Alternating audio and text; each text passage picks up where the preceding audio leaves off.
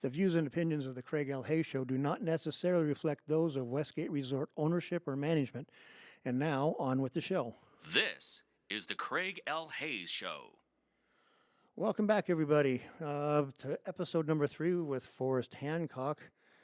And we're going to continue talking to him about his showbiz experience here in Las Vegas and wherever else he ran around the country doing it. Because there is show business around the world. It's just not in Las Vegas, even though we are the entertainment capital of the world. So anyways, we're back, Forrest. Let's keep on going. Okay, I wanted to ask you how you happened to get into this, Craig. Okay, well, in all honesty, about 10, 12 years ago, I wanted to have a internet radio show. And there were some out there, and I wanted to get into it, but I would look into it, and I was like, yeah, I don't know if that's really what I want to do, but it's something like that is what I want to do. And it took 10 years, and then all of a sudden, podcasts became big, and I saw what people were doing. I said, that's what I was looking for, something like that.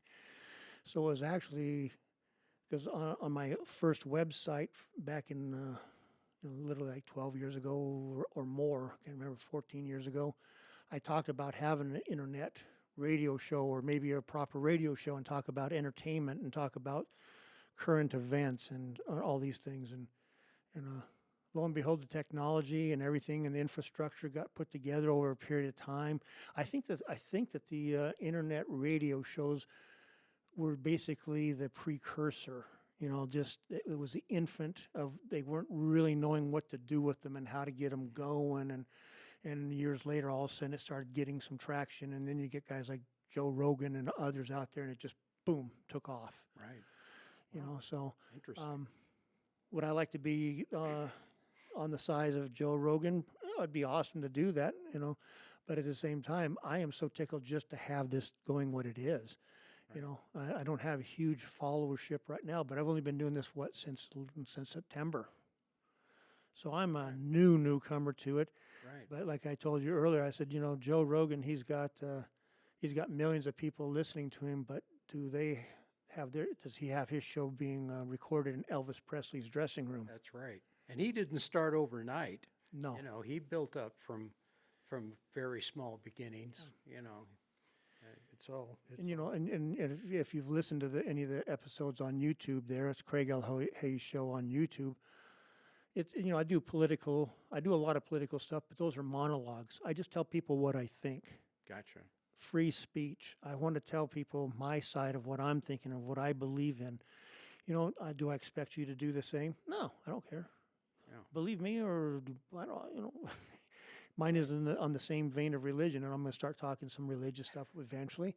And it'll be like, here's my beliefs in it. But if your God is a rock over there, go worship him. I don't care. Right. Do as what makes you happy to do, as long as you're not harming somebody else and not interfering with someone else's life. I don't care what you do. Sure. My life, I've looked over all the years, and it's always been I want to follow Thomas Jefferson's philosophy, which is very libertarian, his stuff. Mm-hmm. But his was, if it neither breaks my arm or picks my pocket, what do I care? Right. Yeah, as long as you're not hurting animals or children. Or anybody, Yeah.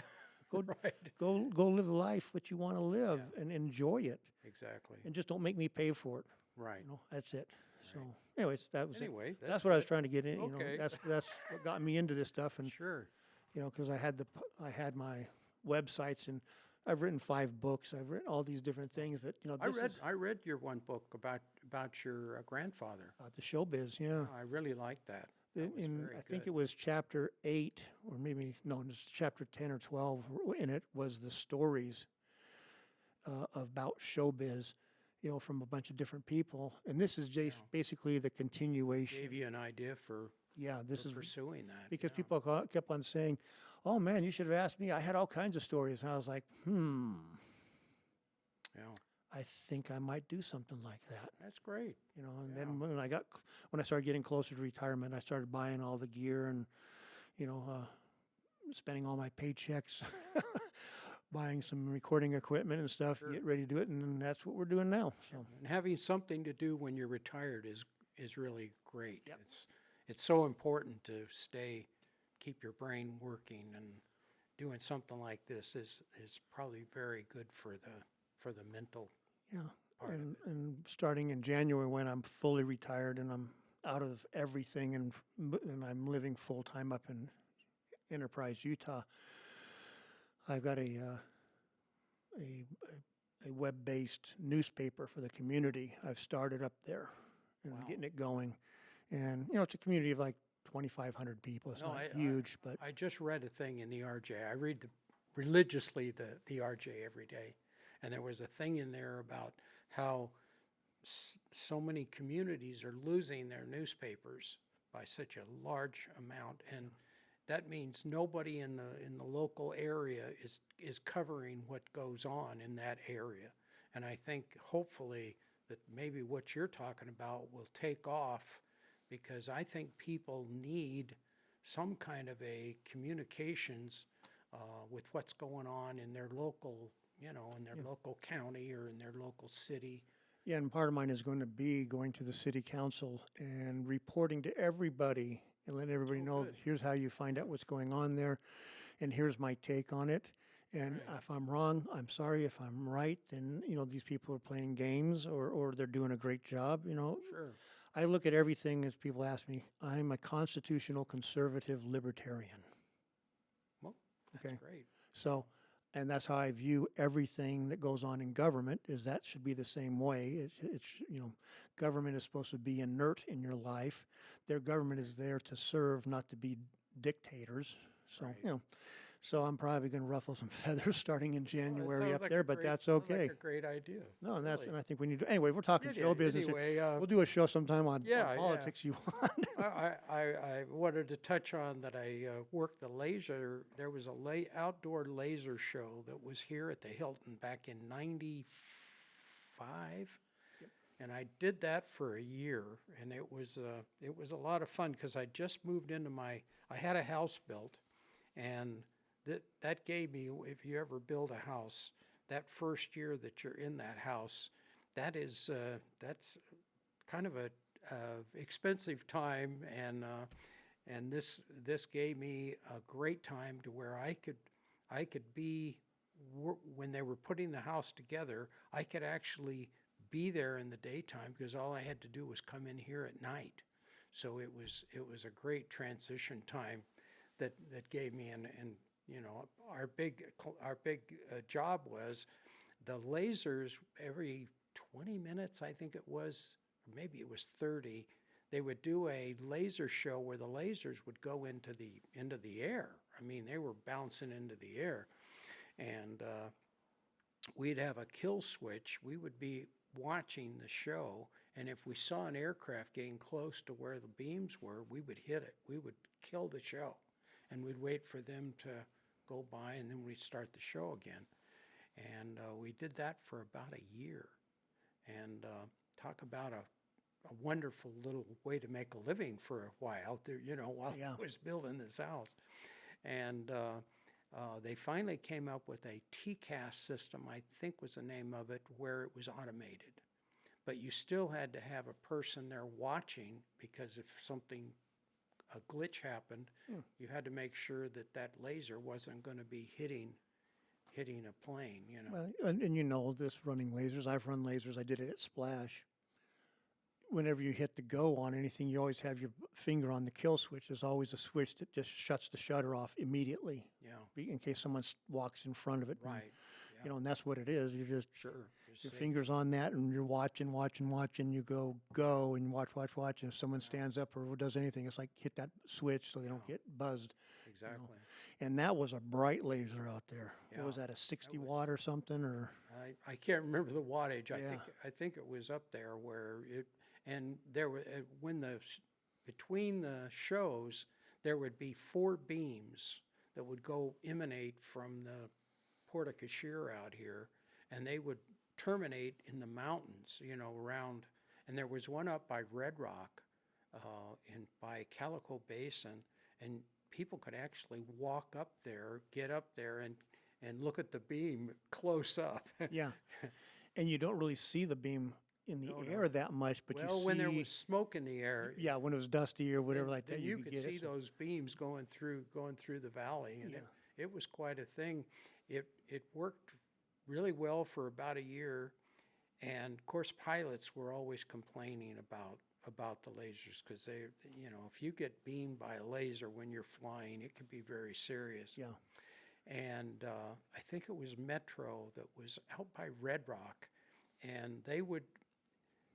The laser was pretty good. The TCAS system, if the things were above and it worked out really well. But what the pilots sometimes would do with the helicopter for Metro, they would get down in a valley and pop up, and the TCAS system couldn't handle that quick because it would be like they would be going right into the beam. And finally they complained, and that's when the laser show went away. Yeah.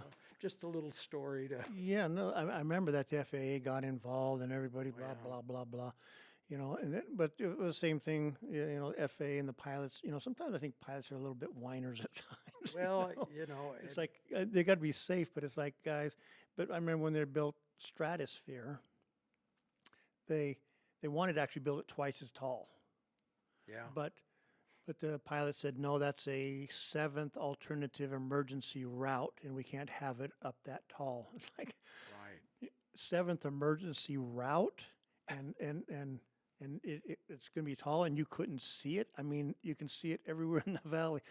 Just funny stuff. Yeah, really. People. History of Las Vegas, What are you going to do? right? Anyway, Showbiz, babe. let me see what I can talk about here. The So after you laser- left, you at the Sahara, you did lighting stuff down there. Then yeah. you came over here, and you said 95. Yeah, I think it was 95. I think that was the year that the laser show was in. That's probably somewhere right around that. That's about when I came over here. I came over here in 94 from Splash. Yeah. Remember those lasers? Oh out there? yeah. Oh yeah. Yeah. It was a lot of fun. I thought it was a great way of. Now I think the lasers can't leave your property. You can do lasers, but Right, you just can't leave the property. You have to Yeah. circle and beam and beam and beam, Right. which I think they should do that again because that was a cool look. Just having lasers bouncing off all over your property and Yeah. It was good. yeah. Let me see, what else can I chit chat about? Maybe running out of ideas. No, it's. What year did you retire? I retired finally in about. I think I worked about 35 years, and seemed like it was about 03 when I finally officially retired. So it was after you left here and went on to someplace else, obviously. Yeah, well, I worked a convention area at the Tropicana. Oh, okay, okay. For up until about 2000. Actually, when I left here from doing the laser show, I went over to the Hacienda and worked as an AV tech for my remaining years in the local, which was good. And like most of us in the business we do, we always know we're working that last shift. I didn't know when my last shift was going to happen. And I also got to work a little bit after I retired officially. I still could make like, I don't know, 15,000 or something a year. And then I started running cameras for conventions. And not great big conventions, but small ones. And I got to do that, but I never knew when my last day was going to be. So that was great, because I always feel sorry for people that work that last shift, and I didn't have to do that. I didn't know when my last shift was going to be. You just decided that today was it. You were Yeah, done. it just it just ended, Wow. and that was it, and I didn't have to have any emotional, thing. And working as an AV tech for my last couple of years, I don't think anybody ever worked a convention and they said, "Gee, I really enjoyed that." I mean, that I know guys, that's where they make their living, but Yeah. it's not like working a show, like a production show or any And kind. that's some of the stuff I'd like to talk about since you've done both of them. You know, you've just basically said it. You like doing shows. I love doing shows. Yeah. I absolutely loved doing shows. I loved everything about a show. The energy, the excitement about doing them. You know, it's just Sure. and I've always loved doing shows. You know, as a performer when I was a little kid. So it just kind of became a Natural. stagehand right into it. So Exactly. and Yeah. but conventions, yeah, you can make good money. I mean, you can make some serious it's good money in that stuff. Oh yeah, and guys do very well doing it. And that's 90% of our locals work anymore. Anymore, that's a big part of. Yeah, but I just never enjoyed it. I never enjoyed working in a convention area. I don't know why, other than I just like doing shows better. Yeah. Yeah, exactly. So anyway, my last couple of years were doing that. So I didn't have, like I say, that traumatic thing about suddenly not working in the business, and I could be probably tough for performers and for stagehands, probably, you know. So it all worked out good for me, and Yeah, I told them I was leaving a year out. yeah, I flat out said, I said, this is my last year, August 1st of 2024. I'm leaving. I'm done. yeah. You know. And they still ask you to do a few things once in a while. Huh? I've been back a couple times, filling in on a couple things and helping out. You know, on the transition over to Manilow, because I left Manilow, wasn't back for another 5-6 weeks, whatever it was going to be, Right. and so I came back to make sure that Manilow was seated because I told Barry I would. You know, so I'd be back, make sure everything went smooth and the changeover went good, and we're all good. You know, and he very appreciative of it. You know, he's a very nice guy. I mean, him and I have gotten along so well. You know, but I'm like him. He is an amazing performer, and he is just a perfectionist. He wants it so perfect, and I don't mind that. Like we talked earlier, I love perfectionists. I try to do that myself. So it's to me, it's easy. I just give them what they want. It's easy, Right. you know. But That's it. yeah. That's what show business is. Yeah, so the last show I actually did was Cool in the Gang, because the guy that took my place, he had committed to going out of town to see family back east, and so I did Cool in the Gang. And that was the last time I've been in here working in a show, you know, Right. besides doing the podcast stuff. So Yeah. Well, cool. Let me see if I can see anything on my notes that I should probably. yeah, I'd love to hear more. Let's see. Let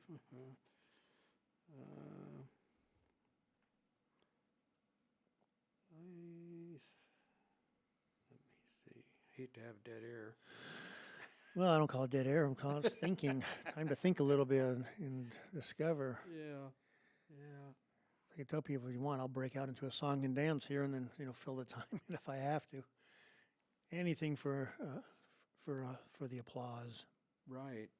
Yeah, it was always a lot of fun working in Las Vegas. I never really worked anywhere else, and it gave me an opportunity to. I took several trips. One to Egypt.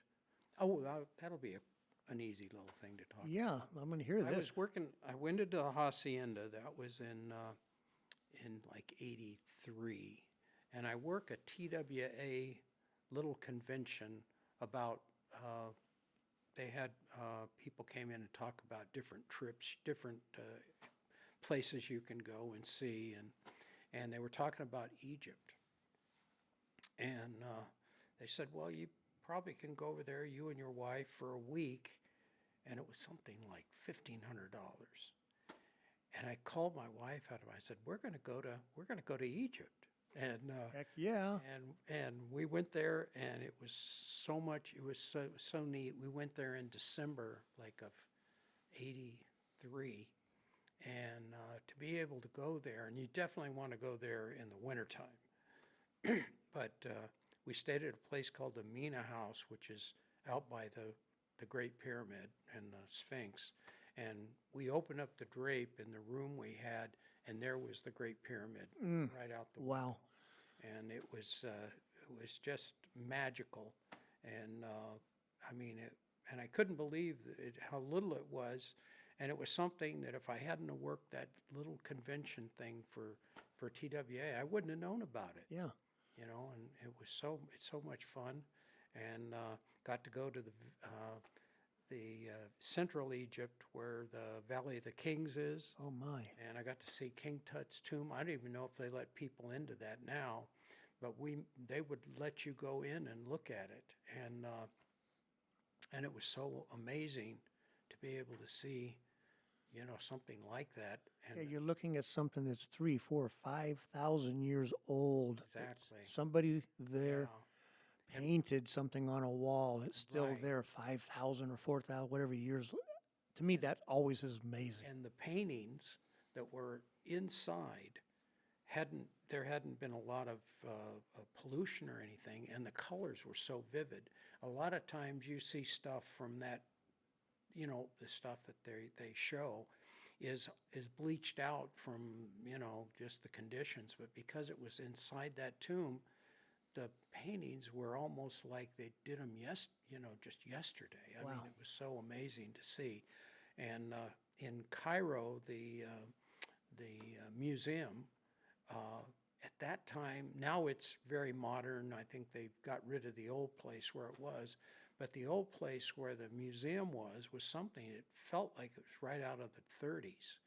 And I mean, there would be the sarcophagi and stuff like that were right out there. I mean, it wasn't behind glass. It's like it was like You could actually touch you this? could almost, if you went over to it, you could touch it, but they didn't Wow. want you to touch it. No, I mean, but But it just was that close that you could look at this stuff. So that was one thing that I really enjoyed, was taking that trip to Egypt, and I got to go inside the king's chamber in the Great Pyramid, and it was so awesome. And you had to actually go up, and it was kind of like you're crawling through on a ladder, and then you get to the room, and you see the sarcophagus there, and of course it's dark except for maybe a few flashlights, and this is before LED lights, so there's very little light in this area, and but it supposedly who was Napoleon went in there in that chamber, and he went in by himself, and supposedly had some kind of revelation that stayed with him. I didn't have any revelation, but it was certainly very kind of spiritual to be inside that part of that. well, it would have to be because you think of the guys that built it and why they built things, and just the people, not even the kings, but the guys, the laborers, were just putting it together. Just what were their thoughts? What were they thinking? Really? What was their life like? I mean, they built the pyramids and they did all this work when harvest was over, basically, because Yeah, it was in the wintertime. yeah, and in the summertime they took care of their crops. They did all the stuff Right. they have to, and when that was all done, they went and they started working back on the pyramids and all this stuff. Yeah. But just you kind of go, what were you guys thinking? Yeah. What were your hopes and dreams? And I don't know. But I would have loved to just touch that sarcophagus and go, I just touched something that some guy built 5,000 years ago. Right. No, that's pretty awesome stuff. Yeah, he put his labor, talent, skills, everything to make this for his king. And I'm Really. touching it, and it's 5,000 years later.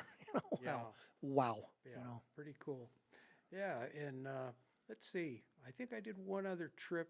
Business partner and I, we went down to Guatemala, and this would have been about, when did George Bush, the father Bush, when was he president? You know? 89 to 93, Yeah, 93. probably in the late 80s. Okay.